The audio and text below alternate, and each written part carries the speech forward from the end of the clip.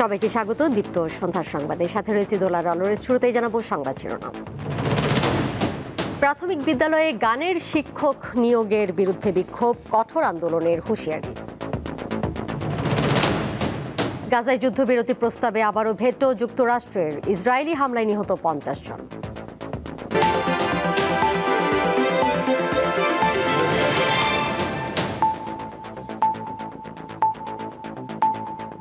প্রাথমিক বিদ্যালয়ে গানের শিক্ষক নিয়োগের উদ্যোগ বাতিল এবং ধর্মীয় শিক্ষক নিয়োগ বাধ্যতামূলক করার দাবিতে রাজধানীতে আজ বাদ জুমা বিক্ষোভ সমাবেশ করেছে জাতীয় উলামা মাশায়েখ আইম্মা পরিষদ। এতে অংশ নিয়ে ইসলামী আন্দোলন বাংলাদেশের সিনিয়র নায়েবে আমির সৈয়দ মোহাম্মদ ফয়জুল করিম হুঁশিয়ারি দিয়ে বলেন, দাবি না মানলে তারা কঠোর আন্দোলনে যাবেন। দেশের সরকারি প্রাথমিক বিদ্যালয়ে গানের শিক্ষক নিয়োগের সিদ্ধান্ত বাতিল এবং ধর্মীয় শিক্ষক নিয়োগের দাবিতে জাতীয় মসজিদ বায়তুল মোকাররমের সামনে এই বিক্ষোভ সমাবেশের আয়োজন করে জাতীয় উলামা মাশায়েখ আইম্মা পরিষদ। এতে সংগঠনের কেন্দ্রীয় নেতারা বক্তব্য রাখেন। তারা বলেন, সরকারের সিদ্ধান্ত কোনোভাবেই মেনে নেওয়া হবে না। গানের শিক্ষক নিয়োগের প্রজ্ঞাপন বাতিল করতে হবে এবং সকল প্রাথমিক বিদ্যালয়ে ধর্মীয় শিক্ষক নিয়োগ বাধ্যতামূলক করতে হবে। আমেরিকান এজেন্ডা বাস্তবায়ন করতে চান, ভারতের এজেন্ডা বাস্তবায়ন করতে চান, বাংলাদেশে আরেকটা বিপ্লবের প্রয়োজন হলে মুফতি ফয়জুল করিমের নেতৃত্বে আরেকটা বিপ্লব। এ সময় দাবি আদায় বৃহত্তর কর্মসূচির হুঁশিয়ারি দেন ইসলামী আন্দোলন বাংলাদেশের এই নেতা। কোন অবস্থাতেই গানের শিক্ষক নিয়োগ দেওয়া যাবে না। যদি এরপরও দুঃসাহস দেখান, যদি বাংলাদেশের প্রাইমারি লেভেলে আপনি গানের শিক্ষক দেওয়ার দুঃসাহস দেখান, তাহলে বাংলাদেশের জনগণ ঐক্যবদ্ধ হয়ে আপনাকে চেয়ার থেকে নামিয়ে দেবে ইনশাআল্লাহ। আপনি চ্যালেঞ্জ দিতে পারেন আমাদের থেকে, আমরা চ্যালেঞ্জ দিলাম। যদি ঐক্যবদ্ধভাবে আন্দোলন করি তাহলে ইউনূস সাহেব আপনি একদিনও টিকতে পারবেন না। বিক্ষোভ সমাবেশ শেষে গানের শিক্ষক নিয়োগের বিরোধিতা এবং ইসলাম শিক্ষার প্রসারের দাবি জানিয়ে মিছিল বের করে জাতীয় উলামা মাশায়েখ আইম্মা পরিষদ। নূর আলম, দীপ্ত সংবাদ, ঢাকা। একটি অবাধ, সুষ্ঠু ও গ্রহণযোগ্য নির্বাচনের জন্য নির্বাচন কমিশনের পাশাপাশি সংশ্লিষ্ট সবার ভূমিকা থাকতে হবে। এক্ষেত্রে সরকারের নিরপেক্ষ ভূমিকা খুবই গুরুত্বপূর্ণ। জাতীয় সংসদ নির্বাচন সামনে রেখে আজ সাংবাদিকদের জন্য এক কর্মশালায় এমনটি বললেন ট্রান্সপারেন্সি ইন্টারন্যাশনাল বাংলাদেশ টিআইবির নির্বাহী পরিচালক ইফতেখারুজ্জামান। ত্রয়োদশ জাতীয় সংসদ নির্বাচন সামনে রেখে শুক্রবার রাজধানীর ধানমন্ডিতে টিআইবি কার্যালয়ে 2 দিনের নির্বাচন বিষয়ক কর্মশালা শুরু হয়। টিআইবি ও reporters forum for election and ডেমোক্রেসির এই আয়োজনে বক্তব্য রাখেন টিআইবি নির্বাহী পরিচালক ইফতেখারুজ্জামান। প্রশ্নোত্তর পর্বে তিনি বলেন, নির্বাচন অবাধ, সুষ্ঠু ও গ্রহণযোগ্য করতে নির্বাচন কমিশনের পাশাপাশি সংশ্লিষ্ট সবার ভূমিকা দরকার। নির্বাচনকালীন সরকার কোনো দেশেই সুষ্ঠু নির্বাচন যদি আমরা প্রত্যাশা করি, নির্বাচনকালীন সরকার যদি পক্ষপাতিত্ব করেন, নির্বাচনকালীন সরকার যদি লেভেল প্লেয়িং ফিল্ড নিশ্চিত করার জন্য তার যে ভূমিকা সেটি পালন করতে ব্যর্থ হন, তারা যদি কোনো পক্ষের প্রতি পক্ষপাতিত্ব করেন, তাহলে সেই ক্ষেত্রে নির্বাচন সুষ্ঠু হওয়ার সম্ভাবনা কিন্তু মোটেই থাকে না। কাজে এই ভূমিকা, তাদের ভূমিকাটাও আমাদেরকে পর্যবেক্ষণ করতে হবে, আপনাদেরকে পর্যবেক্ষণ করতে হবে। তিনি বলেন, দীর্ঘদিন ধরে দলীয়করণ ও অনিয়মের কারণে অনেক প্রতিষ্ঠান দুর্বল হয়ে গেছে। প্রাতিষ্ঠানিক স্বচ্ছতা, জবাবদিহিতা, প্রাতিষ্ঠানিক সততা, শুদ্ধাচার, ট্রান্সপারেন্সি, অ্যাকাউন্টেবিলিটি বিষয়গুলোকে, যে সম্ভাবনাগুলোকে যেভাবে পদদলিত করা হয়েছে এবং দীর্ঘ প্রক্রিয়ার মাধ্যমে, এটা শুধু গত 16 বছরের নয়, এটা বাংলাদেশে বলতে গেলে 54 বছরেই যে অবস্থায় তৈরি করা হয়েছে, প্রতিটা প্রতিষ্ঠানকে দলীয়করণের মাধ্যমে, দ্বিমুখী দলীয়করণের মাধ্যমে পেশাগত দলীয়পনার সৃষ্টি করা হয়েছে এবং সে প্রতিষ্ঠানগুলোকে কার্যকর করে দেওয়া হয়েছে, অকার্যকর করে দেওয়া হয়েছে। স্বচ্ছতা নিশ্চিতে ভোটকেন্দ্রে সাংবাদিকদের অবাধ প্রবেশাধিকার নিশ্চিতের পরামর্শ দেন টিআইবি নির্বাহী পরিচালক। এই বাধ্যবাধকতা, কারণ আমার যদি কার্ড থাকে, আমার যদি অ্যাক্রিডিটেশন থাকে নির্বাচন কমিশনে, এই কার্ডটাই তো যথেষ্ট। এটা অবহিত করতে যাওয়ার মানেই হচ্ছে যে এখানে আমি হ্যারাস্ট হওয়ার সম্ভাবনা থাকতে এবং সেটা টার্গেটেড হ্যারাসমেন্ট হতে পারে। হেদায়েতুল্লাহ সীমান্ত, দীপ্ত সংবাদ, ঢাকা। বিপ্লব করে যারা সমাজ পরিবর্তন করতে চায় তাদেরকে সাংগঠনিকভাবে শক্তিশালী হয়ে সাধারণ মানুষের কাছে ছুটে যাওয়ার আহ্বান জানিয়েছেন বিএনপি মহাসচিব মির্জা ফখরুল ইসলাম আলমগীর। বিকেলে বাংলা একাডেমি মিলনায়তনে বুদ্ধিজীবী ও রাজনীতিবিদ বদরউদ্দিন ওমরের স্মরণ সভায় এই আহ্বান জানান তিনি। মির্জা ফখরুল আরও বলেন, বদরউদ্দিন ওমর জীবনের শেষ দিন পর্যন্ত সংগ্রাম করে গেছেন। কখনো আদর্শের সাথে বেইমানি করেননি।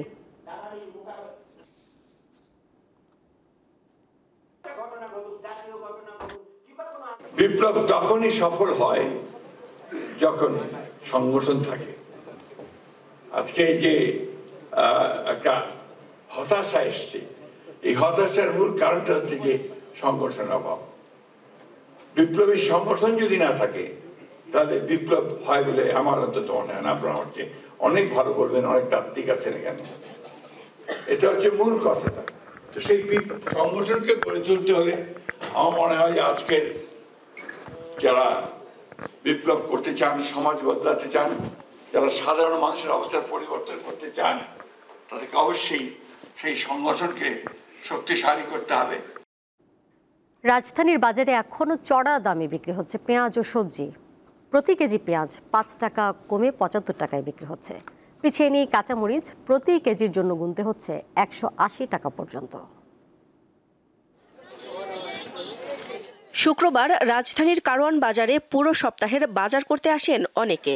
সাপ্তাহিক ছুটির দিন ভোক্তাদের ভিড় থাকে বেশি, সবাইকেই গুনতে হচ্ছে অতিরিক্ত টাকা, কারণ সবজি সহ সবকিছুর দামই চড়া। পেঁয়াজের ঝাঁজ গত সপ্তাহের তুলনায় কিছুটা কমেছে। রসুনের দাম স্থিতিশীল থাকলেও বেড়েছে আদার দাম। কাঁচা মরিচের দামও কেজি প্রতি 20 থেকে 30 টাকা বেড়েছে। গত সপ্তাহে পেঁয়াজ 80 টাকা ছিল, আর এই সপ্তাহে মনে হয় 5 টাকা রেট কম, 75 টাকা বেচতে আছে, আর পাল্লা নিলে 74 টাকা করে পড়তে আছে। আগে 140 160 এরকমই ছিল, আজকে 160 টাকা কেজি।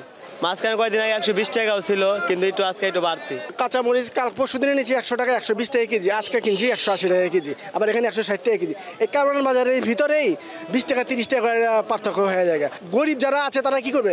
ওই রাস্তার মধ্যে ভাগা বিক্রি করে না, টোকা আমাদের ভাগা কিনে খাইতে হবে আর কি। আমাদের যাওয়ার জায়গা নেই, তো আমাদের কথা শোনার মতো তো কেউই নাই। গত সপ্তাহে সবজির মধ্যে সবচেয়ে বেশি দাম ছিল গোল বেগুনের। এ সপ্তাহে কিছুটা কমে বিক্রি হচ্ছে 100 থেকে 120 টাকা কেজিতে। এছাড়া পটল, মুখী কচু, ঢেঁড়স ও চিচিঙ্গা 60 থেকে 80 টাকা কেজি দরে কিনতে হচ্ছে নগরবাসীকে। লাউ হলো 60 টাকা পিস, কারকুল হলো 80 টাকা, সিমের কেজি হলো 150, উস্তার কেজি হলো 60 টাকা, শসা কেজি হলো 90 টাকা। ঢেঁড়স আগের সপ্তাহ ছিল 60 টাকা, এই সপ্তাহে 70-80 টাকা আছে।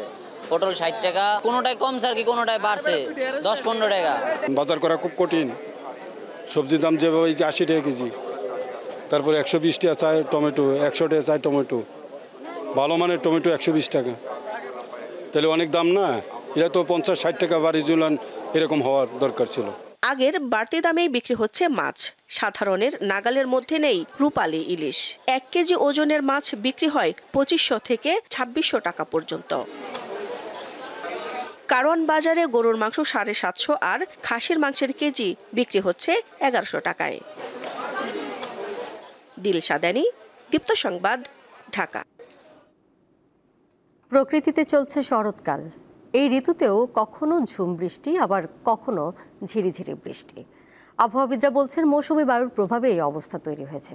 জলবায়ু পরিবর্তনের কারণে বিক্ষিপ্তভাবে বিভিন্ন জায়গায় মেঘের বলয় সৃষ্টি হয়ে হঠাৎ বৃষ্টি নামছে।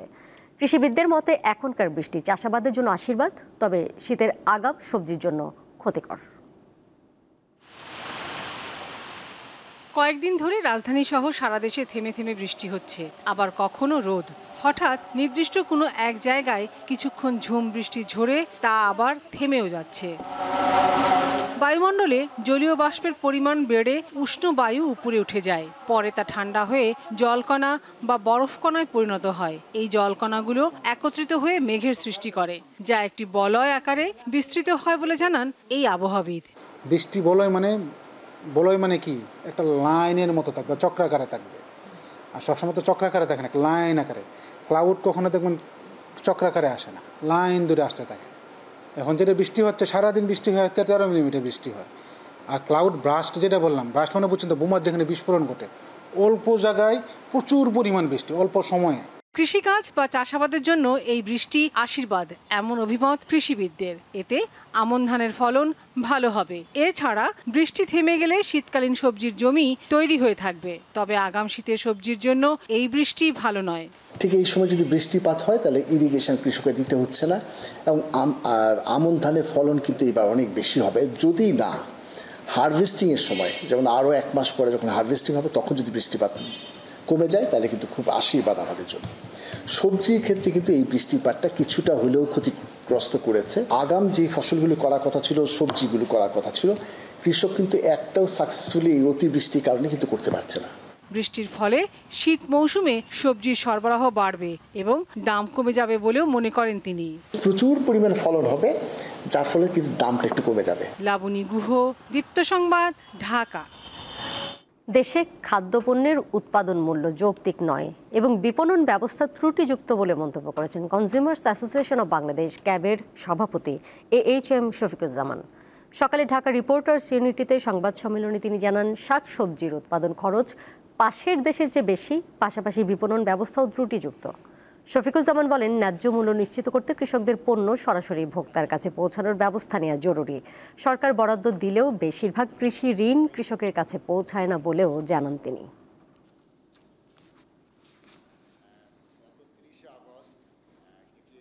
আমাদের উৎপাদন কষ্টটা আপনার অনেকটাই বলবো যে যৌক্তিক না, অনেক বেশি হয়ে যাচ্ছে। কারণ আমাদের পাশের দেশে যদি আমি কম্পেয়ার করি, আমাদের পাশের দেশে কিন্তু যেগুলো আমাদের এই ধরনের দ্রব্য, শাক সবজি বা এগুলোর উৎপাদনে আপনার আমাদের পাশের দেশে থেকে আমরা কিন্তু অনেক বেশি কস্টে আমাদের উৎপাদন করতে হয়। আর তারপরে হলো আপনার সবচেয়ে বড় চ্যালেঞ্জ হলো আমাদের বিপণন ব্যবস্থা। আন্তর্জাতিক প্রসঙ্গ।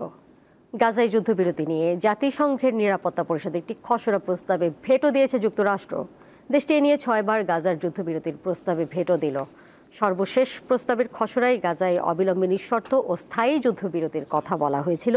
সে সঙ্গে অবরুদ্ধ গাজা উপত্যকা থেকে ইসরায়েলকে সব ধরনের নিষেধাজ্ঞা তুলে নেওয়া এবং ত্রাণ সরবরাহ করতে দেওয়ার কথাও বলা ছিল। প্রস্তাবটিতে গাজায় জিম্মি অবস্থায় থাকা ইসরায়েলিদের অবিলম্বে সম্মানজনক মুক্তির শর্তও ছিল। স্থায়ী ও অস্থায়ী মিলে 15 সদস্যের নিরাপত্তা পরিষদের 14 সদস্য দেশই প্রস্তাবের পক্ষে ভোট দিয়েছে। This draft resolution was drawn up by the 10 non-permanent elected. এদিকে ফিলিস্তিনের গাজা উপত্যকায় নতুন করে ইসরায়েলি হামলায় 50 জন নিহত হয়েছেন। এর মধ্যে গাজা শহরেই প্রাণ হারিয়েছেন 40 জন। আন্তর্জাতিক নিষেধাজ্ঞার হুমকি উপেক্ষা করে গাজা শহরে নির্বিচারে বিমান ও ড্রোন থেকে বোমা বর্ষণ করছে ইসরায়েল। এছাড়া বিস্ফোরক বোঝাই রোবট দিয়ে সেখানকার বাড়িঘর ধসিয়ে দিচ্ছে তারা। গাজায় অনাহার ও অপুষ্টিজনিত কারণে আরও 4 ফিলিস্তিনি মারা গেছেন। এ নিয়ে অনাহারে মৃতের সংখ্যা বেড়ে দাঁড়িয়েছে 435 জনে।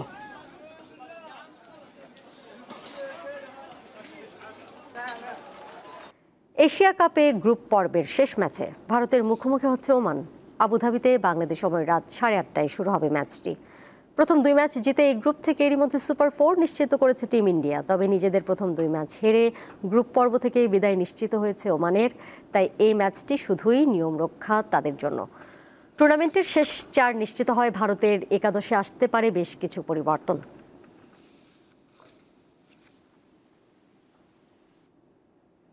চলমান এশিয়া কাপে শ্রীলঙ্কার হাতে নিজেদের ভাগ্য তুলে দিয়ে তাতেই জয়ী বাংলাদেশ। লঙ্কানদের আফগানিস্তান বধে টুর্নামেন্টের শেষ 4 নিশ্চিত হয় লিটন দাস বাহিনীর। সেই সাথে জায়গা করে নিয়েছে 2 চিরপ্রতিদ্বন্দ্বী ভারত ও পাকিস্তান। ফেব 4-এর লড়াই হবে একে অপরের বিপক্ষে। সকল কঠিন সমীকরণকে পাশে ঠেলে দুর্দান্ত জয় তুলে নিয়েছে শ্রীলঙ্কা। নিজেদের পাশাপাশি বাংলাদেশকেও টেনে তুলেছে সুপার 4-এর লড়াইয়ে। গ্রুপ পর্বে 3 ম্যাচের সবকটিতে জিতে 6 পয়েন্ট নিয়ে বি গ্রুপ সেরা হয়েছে লঙ্কানরা। আর 2 ম্যাচ জেতা বাংলাদেশ 4 পয়েন্ট নিয়ে গ্রুপে হয়েছে রানার্স আপ। বাংলাদেশ ও শ্রীলঙ্কার পাশাপাশি এই গ্রুপ থেকে সুপার 4-এ উঠেছে ভারত ও পাকিস্তান।